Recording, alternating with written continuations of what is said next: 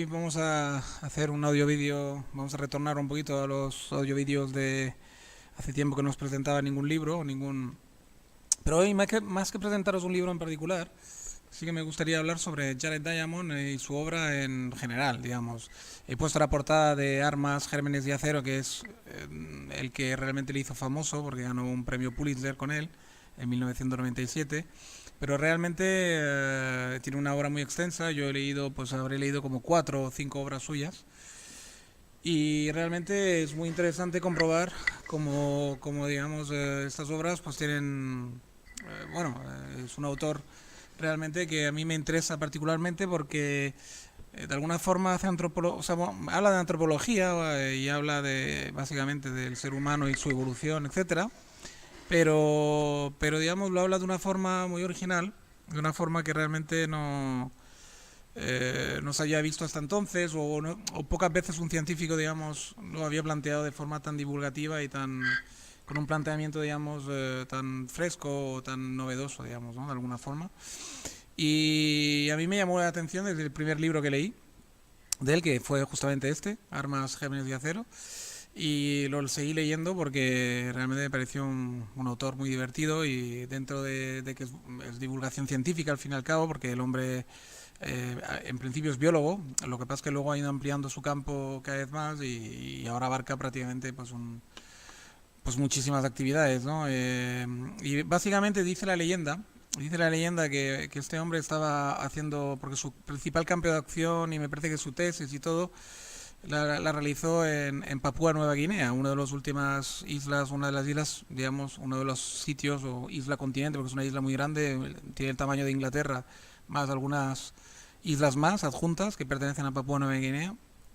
Y realmente eh, él hizo su tesis allí porque quizás es uno de los sitios que por circunstancias, probablemente porque no tiene, se ha librado porque no tiene petróleo, ni tiene oro en abundancia, ni tiene seguramente diamantes, ni tiene nada valioso, pues ha quedado un poco como un vergel, como quedó, mejor dicho, en el siglo XX, hasta final ya la modernidad y tal se lo engulló, igualmente que a todos, pero quedó bastante virgen y todavía a mitad del siglo XX, cuando él era todavía un joven estudiante, pues era un sitio muy interesante para ir a hacer, para ir a, en ese caso, pues en el campo de la biología, pues mirar plantas y animales y insectos que todavía eran muy, o sea, que ahí eran muy particulares de esta zona y que en su estado más virgen posible, ¿no?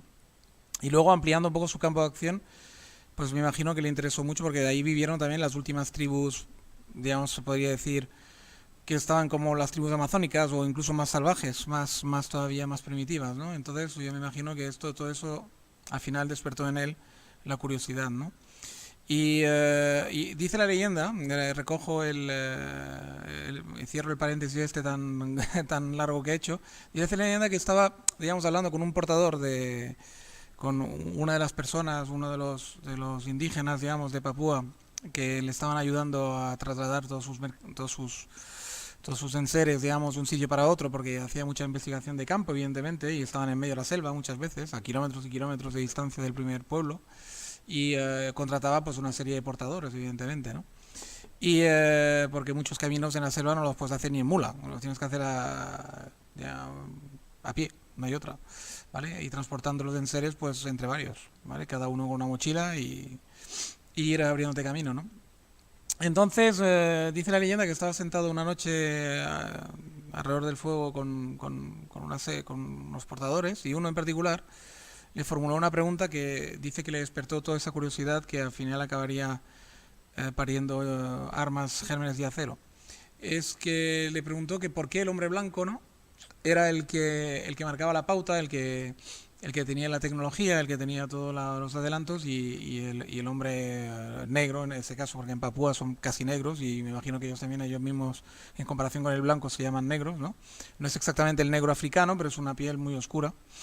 Y le preguntó esto, ¿no? Que por qué el hombre blanco, digamos, estaba tecnológicamente tan adelantado y ellos y ellos que se veían igual de fuertes, igual que ellos, ¿no? Porque él se comparaba con él y decía, yo me veo igual que tú, soy un hombre igual que tú, etcétera, soy igual de listo, igual de espabilado, y ¿por qué vosotros tenéis esta tecnología y nosotros no, ¿no? ¿Cómo lo habéis hecho, ¿no? ¿Por qué lo habéis adquirido, ¿no? Y eso se ve que esta cuestión, en ese momento no sé qué le contestaría, pero esa cuestión le fue trotando por la cabeza y al final hizo que se lo planteara en serio, de forma científica, ¿no? Y de forma científica y metódica ha dedicado los últimos 37, 38 años de su vida, prácticamente 40 años de su vida, en intentar averiguar el porqué, ¿no? El por qué el hombre blanco evidentemente había alcanzado, digamos, una tecnología puntera y una tecnología tan fuerte en comparación con todo el resto del mundo, ¿no? ¿Por qué en Europa, ¿no? ¿Por qué en Europa y por qué no en América, en Asia, o en África o en Oceanía, ¿no? Y realmente, sobre todo, por ejemplo, comparándose con los asiáticos que estuvieron prácticamente a punto de hecho, durante muchos siglos estuvieron incluso por delante nuestro, ¿no? Pero después, de repente, se estancaron, tanto los japoneses como los chinos, y de una forma casi inexplicable, habiendo incluso desarrollado la pólvora, por ejemplo, antes que nosotros, no se transformó en armas letales, por ejemplo, solamente lo usaron para pocas cosas, y prácticamente la pólvora la usaban de una forma más que nada de ocio, ¿no? Entonces, de alguna forma, de una forma festiva, mediante petardos, fuegos artificiales, etcétera, ¿no? Y realmente, pues esa pregunta le fue, digamos, le fue, bueno, esto, le fue, digamos, eh, perturbando, por decirlo de alguna forma, y al final, pues se lanzó a la investigación profunda del tema, ¿no? Y sus conclusiones son bastante curiosas, porque no son las que uno esperaría, ¿no? El hombre no hace la típica... Desde luego que para los que os creáis que hay una cuestión racial o una cuestión de ventajas intelectuales del hombre blanco sobre los demás, olvidaros, o sea, no va por ahí los tiros para nada, en absoluto, sino que más bien se puso a investigar, pues por ejemplo, desde los animales domésticos que hay en un continente en otro, en qué orden se fueron domesticando, por qué unos se podían domesticar y otros no. Fue investigando el tema de la comida, de las plantas, de los cultivos, y llegó a la conclusión, y bueno, y fue investigando incluso la geografía profunda de cada continente, ¿no? De cómo estaba compuesto cada continente, su idiosincrasia en cuanto a geografía y a meteorología, etcétera. Y lo mezcló todo, hizo un batiburrillo y analizó punto por punto todo y llegó a la conclusión, a una conclusión bastante sorprendente para aquellos tiempos. Y ahora ya cada vez se está aceptando más su teoría y cada vez queda más claro que van por ahí los tiros. Pero al principio, cuando lo planteó él, no era bastante novedoso, ¿no? Y llegó a la conclusión de que como decía, de que la geografía y la composición del terreno era muy, muy clave, junto con otras variantes como por ejemplo la proximidad con otros pueblos, digamos, rivales, ¿no? El tamaño del propio continente incluso se dio cuenta que era muy muy importante y llegó a la conclusión que Europa dio ese salto adelante tan fuerte en comparación con los demás y fue asentando todos los saberes, digamos, de una forma mucho más metódica y con un método, digamos, mucho más lógico y mucho más, digamos, constante, por la simple razón de que Europa era relativamente pequeña, era un sitio, digamos, geográficamente pequeño, había muchos pueblos que rivalizaban entre ellos, y prácticamente Europa vivió una guerra perpetua durante, pues, a lo mejor miles de años, digamos, entre grupos, y esto hizo que se agudizó muchísimo el ingenio de los europeos por pura supervivencia. Tuvieron que luchar muchísimo entre ellos durante siglos, como decía, y milenios incluso.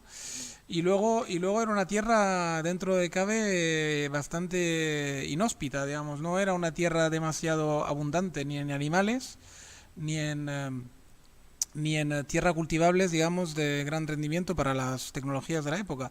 Porque al final, si uno observa bien el Mediterráneo, es bastante seco y es un lugar, pues, que no invita demasiado a los grandes cultivos y a los grandes, a tener grandes praderas con muchísimos animales salvajes pudiéndose alimentar de ella. Hay bastante sequedad incluso en agua. La península ibérica es muy muy seca, por ejemplo. La península italiana sí que es verdad que es un poquito más húmeda, pero es muy montañosa, carece de planicie, no tiene mucha planicie. Luego si uno observa Grecia, pues es un areal, ¿no? Es un semidesértico también y además con tantas islas y tantas... No hay grandes planicies tampoco, hay grandes sitios para desarrollarse. Lo único es el centro de Europa, Alemania, digamos, República Checa y tal, pero son climas bastante fríos, por lo tanto tampoco es que haya una gran alegría en cuanto a cultivos y animales salvajes que puedan prosperar ahí. Y ya ni hablemos de Suecia, Noruega, o sea, la de Escandinavia y ya en Rusia, Lituania, todo ese tipo de países que están realmente más al norte todavía, más frío, etcétera, ¿no? Y entonces todo eso hizo claro, para vivir en ese continente había que agudizar mucho el ingenio. Por ejemplo, en África, si quitamos de la gran banda esta del Sáhara y de los desiertos, cuando nos adentramos en la jungla, por ejemplo, claro, ahí hay una abundancia, hay una exuberancia de vida brutal, ¿no? De animales salvajes, muchísimas frutas de todo tipo que crecen sin ningún tipo de... No hace falta cultivarlas, no hace falta prestar demasiada atención. Había cocos, plátanos, había de todo. Son frutas normalmente muy resistentes que digamos, en la naturaleza pues crecen y frutas además muy calóricas, con muchas calorías y tal, y eso pues sustentaba a los animales y a las personas sin demasiado esfuerzo. Las personas que vivieron en África en aquellos tiempos pretéritos pues no necesitaban, era un vergel, era prácticamente como un paraíso terrestre. Había abundancia de agua, abundancia de bosques, abundancia de planicies, incluso abundancia de todo, y era un sitio donde se podía vivir, pues, y además que era tan grande África, es tan ancho, tan grande, que las tribus podían cada uno buscarse un rincón sin tener que pelear demasiado entre ellos, ni guerrear demasiado para las mejores tierras, las mejores cazas, etcétera. Por lo tanto, por ejemplo, en África, sobre todo la África negra estoy hablando, evidentemente, pues no evolucionaron demasiado porque tampoco hizo falta. Quiero decir, eso sí, la naturaleza siempre va a la ley del mínimo esfuerzo, ¿no? Es decir, que si uno puede de forma óptima, sin trabajar demasiado, vivir, pues tanto plantas, animales como personas, pues se hace. Es decir, normalmente una persona, si no tiene necesidad expresa de esforzarse mucho, es muy raro que lo haga de motu propio. Quiero decir, normalmente siempre lo hará por una necesidad. La necesidad es la que agudiza el ingenio, ¿no? Y no al revés. Entonces, digamos, eso es lo que ocurrió por el África Negra. Idem por Sudamérica y por América del Norte, sitios también muy anchos, muy grandes, con abundancia de naturaleza, abundancia de agua, abundancia de todo. Pues lo mismo, hizo que los pueblos que se asentaron ahí pues no tenían demasiada necesidad de una evolución tecnológica demasiado puntera, porque lo mismo que en África Negra más o menos, no había demasiadas dificultades, por lo tanto, bueno, era una vida, digamos, relativamente fácil, ¿no? Y si hablamos de Asia, pues sí, Asia sí que tenía condiciones muy parecidas a Europa, en el sentido de que había mucha concentración de gente, pocas tierras fértiles de muchos sitios, entonces sobre todo estoy hablando de China ahora, China-Japón, y por eso China y Japón se parece tanto a Europa. Los chinos y los japoneses sí que y la India también, por ejemplo, sí que ahí hubo más evolución, aunque más en China y Japón que en la India, porque en la India también había mucha abundancia de todo y evolucionaron de aquella manera también. Un poquito más quizás porque al final colusionaron probablemente con los asiáticos venidos de China, con la gente de Oriente. Además, tenían muy cerca a Oriente Medio, que Oriente Medio también me lo he saltado, pero el África del Norte, evidentemente, que es una historia muy pareja a los europeos. Una tierra muy poco fértil, todo lo que es Algeria, Marruecos, Túnez, etcétera, pues es exactamente las mismas condiciones de vida, incluso un poquito más duras que España, Portugal, Italia y Grecia. Por lo tanto, había que guerrear, pelear mucho también para sobrevivir, y de ahí ese carácter tan indómito del árabe también y del magrebí en general, ¿no? Un carácter bastante agresivo y tal. Sí que es verdad que les faltó un poquito más de tecnología punta para poder estar por encima nuestro en el momento este de la revolución industrial, pero bueno, era una cosa muy pareja en muchos sentidos. Han estado siempre muy parejos con los europeos, ¿no? Además, ha habido tanto traslado de europeos y de árabes a lo largo de los siglos que probablemente son razas muy parecidas, ¿no? Y luego si nos bajamos, digamos, hacia del sur, lo que es Vietnam y todo eso, pues también una abundancia brutal y Papua Nueva Guinea, una abundancia brutal de selvas también y por lo tanto, de frutas, agua, etcétera. Y toda esta parte de Oceanía, pues Australia, pues imagínense, ¿no? Australia era inmenso y los aborígenes pues tampoco tuvieran... Sí que es verdad que no es una tierra especialmente fértil en ese caso, ni especialmente abundante en animales y en diversidad, pero sí que había suficientemente espacio como para vivir sin ningún tipo de agobio, digamos, y de tener que desarrollar demasiada agudeza, ¿no? Y el ingenio, ¿no? Entonces, claro, él plantea que simplemente el hombre blanco europeo, en ese caso, pues evolucionó tanto y tuvo que agudizar tanto, pues por su propia necesidad. El terreno, repito, un terreno no demasiado con las tecnologías, hablo siempre antiguas, evidentemente, con las tecnologías de hoy en día, Europa incluso en esto ya es próspera, ¿no? Hasta en agricultura, etcétera, pero en realidad realmente, si con la tecnología antigua, pues era un continente muy poco halagüeño, la verdad. No era un continente demasiado bueno para vivir en ningún sentido, ¿no? Incluso en el sentido de que había que guerrear mucho para sobrevivir, porque había muchísimas tribus concentradas en muy poco terreno. Entonces, realmente, por eso el hombre blanco pues tuvo ese dominio tan importante de la técnica, ¿no? Y por eso explotó mucho antes que los demás y todavía a día de hoy somos un poco los que cortamos el bacalao y dominamos un poquito en el mundo, ¿no?